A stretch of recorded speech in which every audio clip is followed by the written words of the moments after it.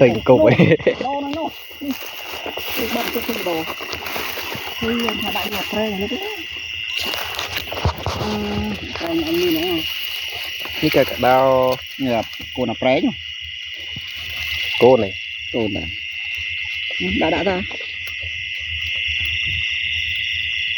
lại cái gì cầm nôn á ồ bay ôn cái là làm mùi nó vừng ở miền bạn thêm coi năm mêu để cái này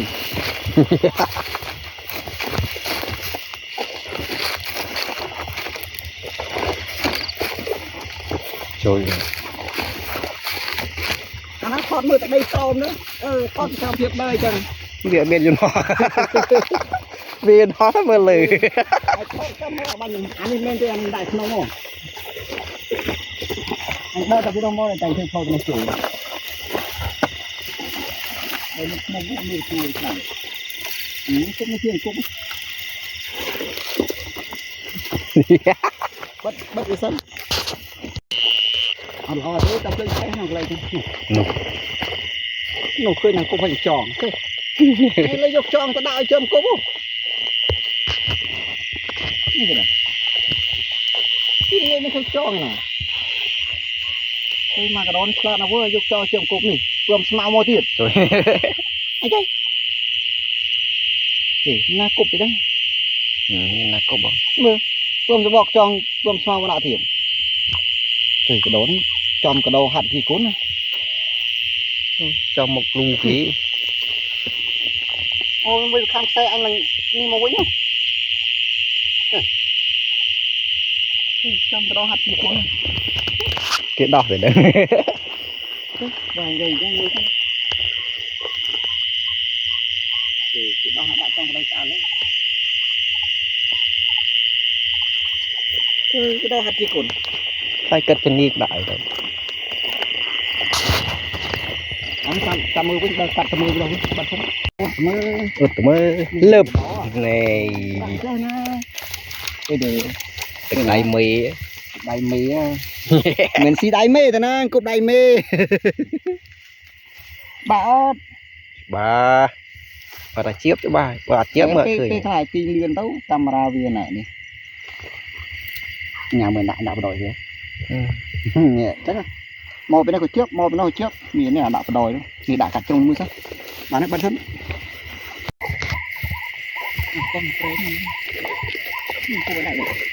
trời trong cô bắt đầu đôi pì kìa những chân phân ly vào bài mía bè camera chỉnh nó trời lười nó đại này chưa ba này cái đắt cái này phương này mà bà đã kiên phơi ấy nhưng cô cũng đạo nuôi nổ khơi phơi tụi chơi nhở nổ phơi tụi ấy chết đâu phơi bạn bây giờ phải mua tiếp kìa mình đã cái đôi rồi cái na tiền cái đôi á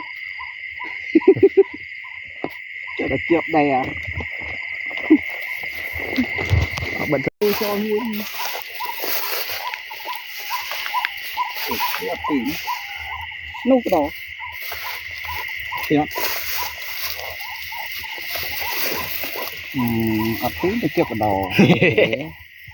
ở tiếng cái chụp cái đồ ba chắc à mày giờ thằng cục mấy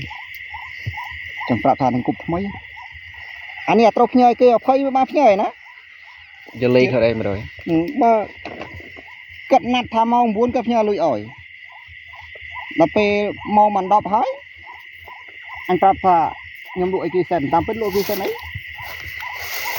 lên hồn ảnh luôn này cái chanh gì nữa lên hồn ảnh sen đâu chẳng ấy tao vẫn chưa oi vẫn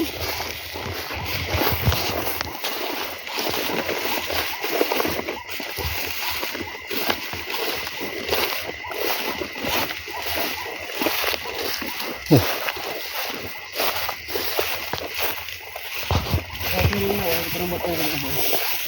rồi bỏ con chân tẩu để khẽ chặt hoặc là kia đây đó Một đó mấy tầm một. Thay có mày ban đang để đang ở đây mà mày khi bộ cho là cô Thơm mắt à. nên cái đó nên cái đó đừng nhặt cái này nó cái này đã đan luôn chẳng có nó đạn rồi này đã đan đây là còn thôi được đấy đã đan đây là còn thế được đây mấy ta đại vô đầu pre nha nè đạn á bờ sân này chỉ dừng đặt thường đặt túi đuổi xì muốn cái đó túi chứ trong phật chẳng hạn như cái này vì là mất chuyện này flop chuyện đạt này flop kịp tiệc đào luôn anh nhìn phật ở chân mùi sốt Bạn bay á. im mà nó phải nó đào nó tụ nó đập hộp đây tôi chụp nó vậy đó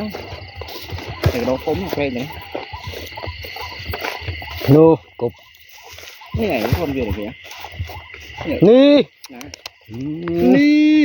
nhà đi côn như thế anh côn như thế Côn vía. côn biết nữa một bọc cho là phần này này còn nên côn miên miền Chúng mà tôi em. anh đang slang mưa bọc cho rồi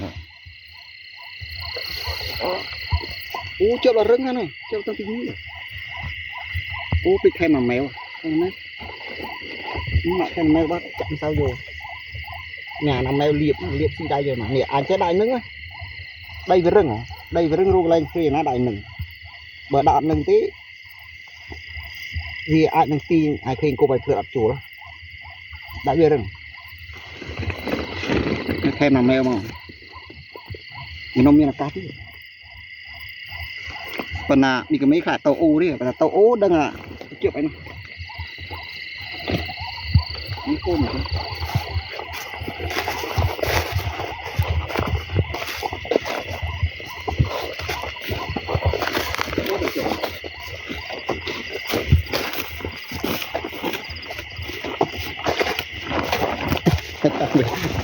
can tiếng trẻ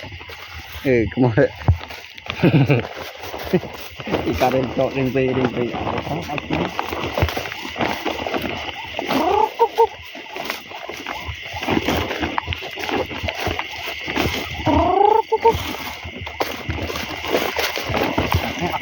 nhà cái đâu pre nhà thôm bao giờ đỡ đâu làm được giờ đỡ tam lâu đừng chứ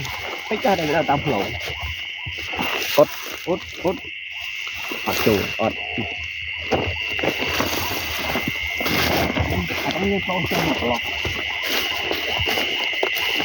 lọ hay kia một lọ đấy không anh chưa không được vô bận nữa sao là phun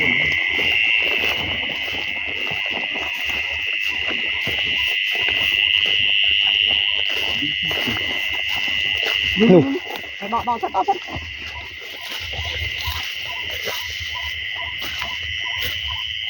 Một miếng phơi riệt tray nó đâu bây giờ. mê đấy Trông. Phải anh. Ồ, bộ nơi đi. Đây mềm thơm đa mềm. Chưa vào cái lên. Nụ anh vô đấy đi bật đấy. Anh vô đấy đi bật thử flow Flow đi này. Tôi cho bằng nhộng thử flow. Mì Cái tầm chượp này. Cái gì có gì đâu. Cái đỡ cho mà. Ê? Chua đấy.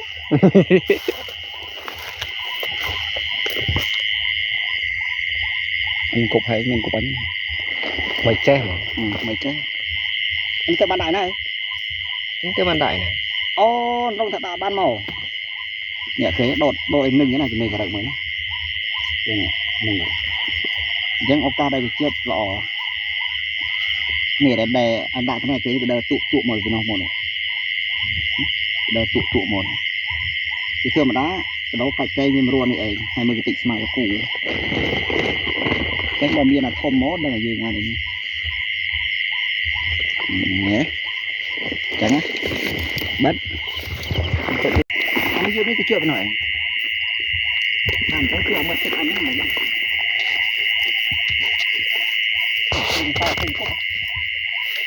Nu, đâu thiện tất. Thế tất cả. Tất cả.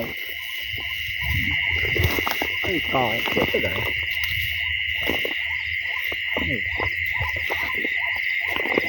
nè phải chứ và nằm mình tôi chứ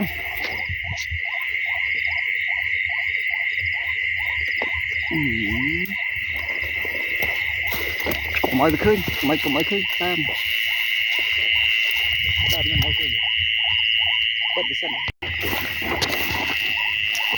có tiền mới đạn cụp chụp đồng đồ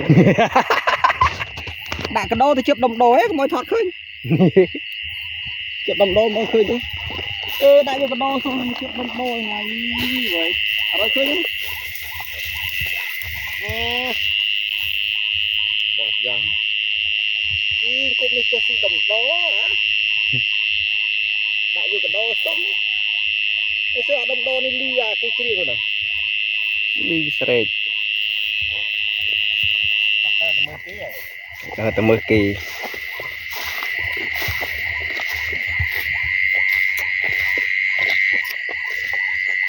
mưa phong mì đó nu mày ơi ghê nè nè đầy mỹ á nè chắc là em mà ôi tự nhiên đó từ một ca để kết diện tích nè còn nè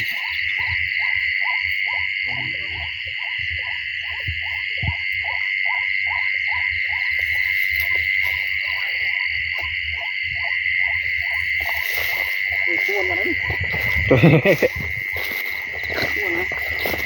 rồi ngô này không rồi cùng đột rồi yên cái hơi đó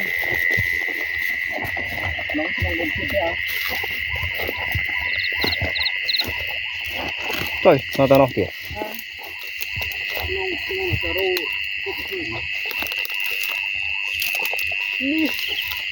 là nơi nào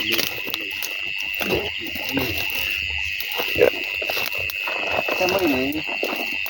tiếp tiền nó việt thì cái chắc cục mì em xả rạch chả thành cục nữa mà chả cái chả đấy nhà phần này không động mật ú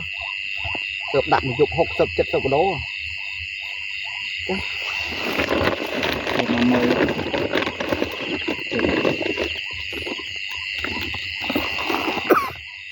rồi tên nuôi anh ăn mà cho bảo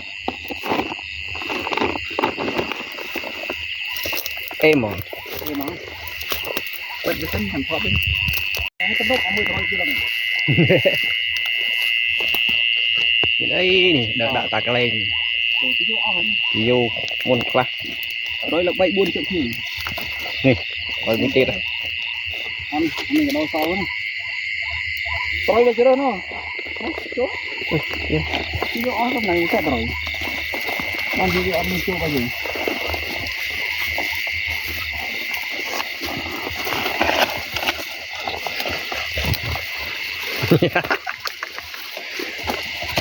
thì bạn trong kỷ niệm men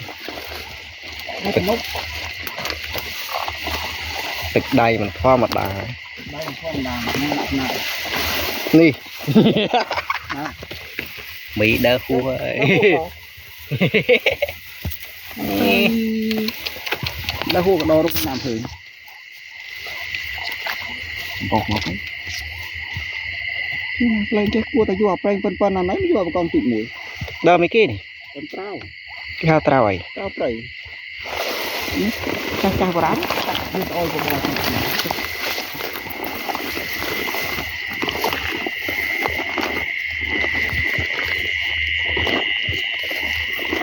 anh chạm đỡ được cái đỡ mỏ chất bong prey cái này anh đặt cái này prey gì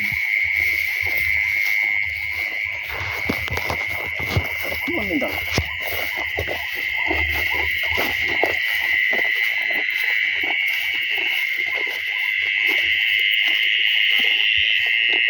nè con mi đây không chịu ẩm bần không chiếc ẩm bẩn chắc sạch không vô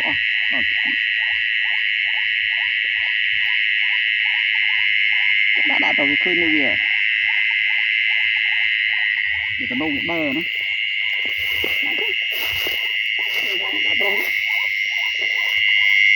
ai tao mỗi đâu tiếng đập hộp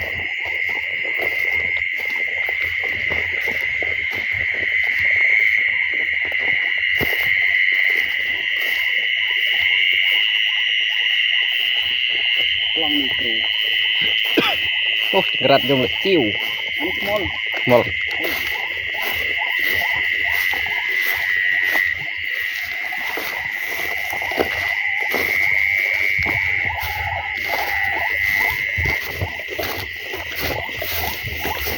út mới nhận cái lồng cái đó mới cái lồng ta tao đang cúp cái na được lu kinh anh kháng kinh nước xe này lử nì một khâu là cái đừng nhá nhiều mới tới nhé tới ở trong thành khách tật đầy ở trong thành là tới đi thì thành ở tại cái đồn hiện là ruột tam khâu nữa lộc khi đang cả rót ở pha này ruột thì trơn chuyện rồi này đôi rồi đấy nên lại cái tỉnh ôi ơi mua bị cắt bia thứ xìa ra một ngày mua cắt mấy cắt sầu cắt nó tiếp lực gì vậy cái chỗ ăn này nhất là cắt sầu này viên đặt cam ổn á bàn phò lắm ổn ăn cái bạn chẳng ấy mà chấp trong cụm cụm để bị đại lươn khinh cô với tầm năng triệu ớt này ba trường lượt kìa ba trường mình khinh trường cái đầu à một khinh một pan chay này mình chẳng mong ôn như là tha khinh lượt ọt trước nè phía trên phần này anh phía trên lượt ọt trước gì thế họ đi cục ho cục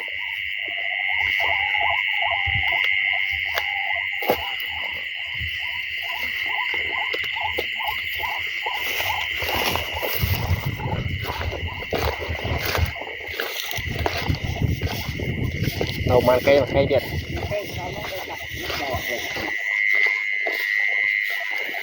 năm bạc nó mới mua này cho là phải bay buồn nữa mà một con đập nhiệt đại này cái mưa nổi áp chủ đây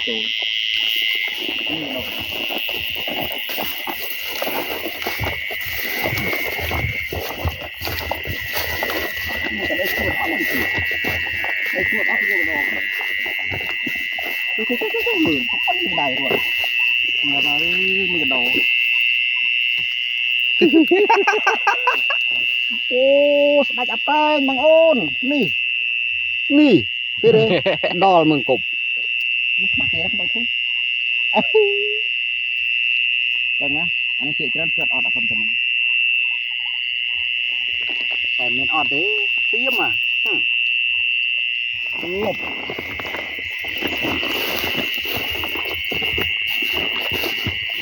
anh cứ so sẽ bay cái gì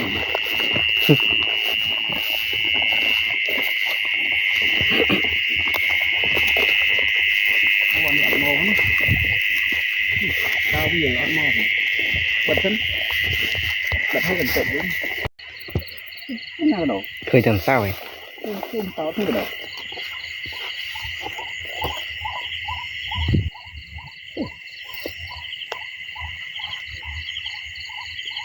kỳ ô này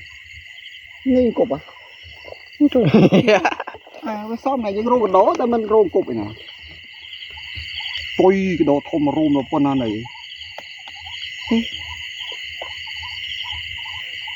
thì bây giờ ăn xong rất nhiệt rồi này nó ăn xong rất nhiệt cái đầu này nè mà rô mà chưa là khăng rồi ăn rồi chuyện mà gì mà sợ đủ được kia bà đã ăn hết à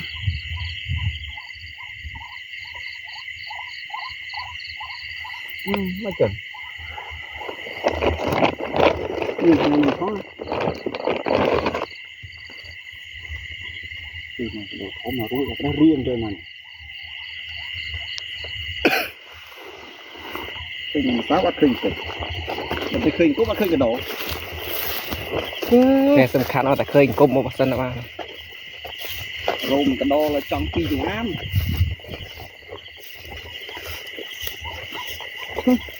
cái con tí tôi cho người này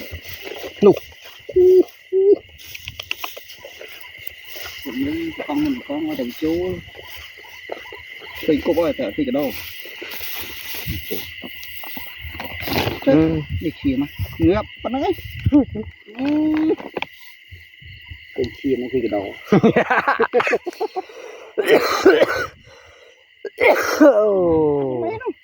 buồn này nhà bài hôm nay cầm lưng lên đó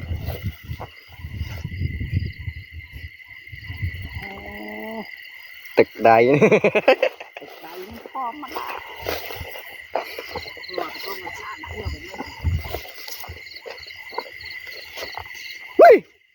ô ôi spray ala cái trạc biết đó xếp xếp xếp mình tích tích tích tích tích tích tích ô giò lòng ôn nè chừng nè nhạc này để chủ chủ đại gì đồ mấy thông nhà đi phải ăn nổi nó đang liền mệnh gì rồi thì miệng em đọc có mùi nó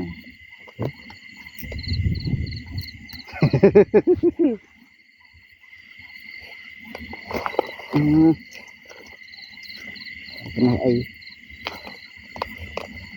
chả cả rụt nữa chả mấy phớt ấp trước ấy cái trôi mày gì người anh ấy cái chủ nó kia nó đoạt chủ rồi rồi từ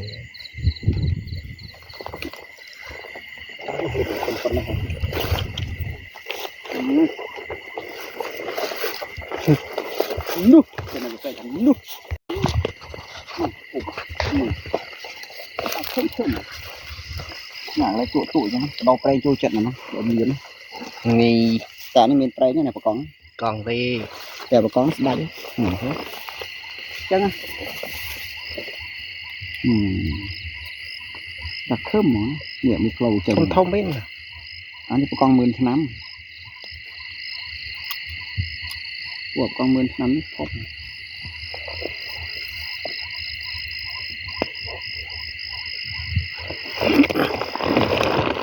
trăm một lúa con chúng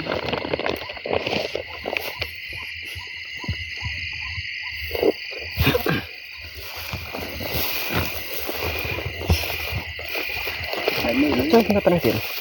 miền thì đó rồi một đó trao vào kịp này một đó kịp trao vào kịp nó đỡ bỏ rồi cụm là cái cụm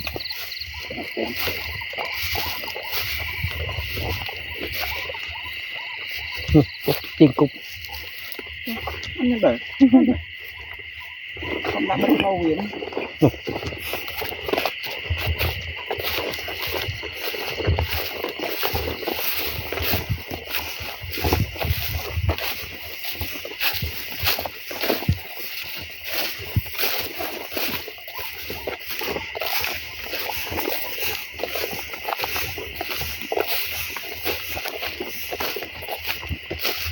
ôi đi đây đấy trời cái nhỉ hơi cụm bắt chưa ừ. nó chết nó này là ẩm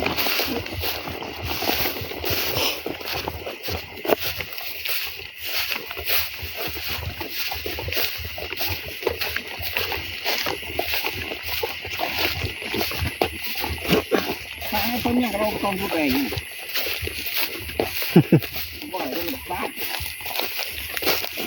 cho cái đơ tao qua cái này gặp còn miền tây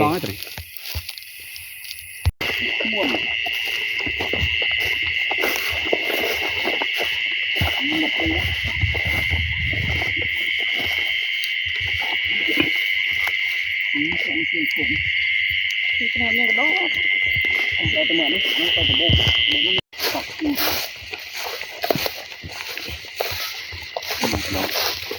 ใส่บักอะไรกบเจียงกบโง่รถนั่นเนาะเยอะกว่านั้นบ้านlàไงนะบางปนได้ยมอัดโซ่บ้านเจงวิดีโอเตะโตมเรื่องกบกระโดดเรื่องปนคืนอย่างจึงรัดยมเมียนเจริญตรงบ้านเราเป็นจังเต้าเวลาตามมาไงเราวัวนึงจึงรัดนั่งอัดโซ่บ้านเจงตัดเฟอร์วิดีโอเรื่องกบกระโดดไอ้ประเภทจรัดนี้ก็ยมเมียนจับซึ่งไอ้จองเรือทั้งไงได้นั่งปนเราโหแต่ดอกิจูชนามนี้ยมนึงทัวร์จรอนยังนึงเตียดเพราะยมเมียนเรียบจอมหมอกมโรงนึงทัวร์ตรงทัวร์โรงทำไมประแทมเตียดโดยซาแต่ตีซาจึงรัดก็ยังไอแต่ตัวอยู่บ้านโปรไอเวียเกี่ยวกับบ่อมวยได้ยังไอหนึ่งโชว์เชิงบ้านนะจังสำหรับบางโอนเนี่ยได้เกิดอัดโซบ้านเจงวิดีโอได้เกิดตามดานมือวิดีโอเรื่องด่านกูก็โดนจะเพิ่มแต่เกียร์ไซน์นะบางโอนนะจะแต่อย่างนั้นก็ต้องแต่เฉลี่ยได้ปลวดนั่งวีบรรยายเต้าวีชีการสลายยังโจจัดมวยได้เจ้าตรงไปเรื่องวิสัยด่านกูก็โดนแล้วนะแต่เกิดถ่ายจะเพิ่มทับบางโอนเกียร์ไซน์มวยระยะนึงอัดโซบ้านเจงวิดีโอโดยได้เคยจังแต่บางโอนจองเคยวิดีโอยอมคลาพิจารณายอมพอกนองเพจนะเพจโดยได้ยอมดัดนองวิดีโอเซมบางโอนไอจูต้องเตียตรงต่อบานหรือกับเทเลกราฟบางโอนเนี่ยได้จองเตียตรงยอมเตียตรงตามเลขเทเลกราฟได้ยอมพอจงวิดีโอเรื่องวิดีโอนั้นบางโอนไอเตียตรงบานด้วยแค่นี้บางโอนนะออกคน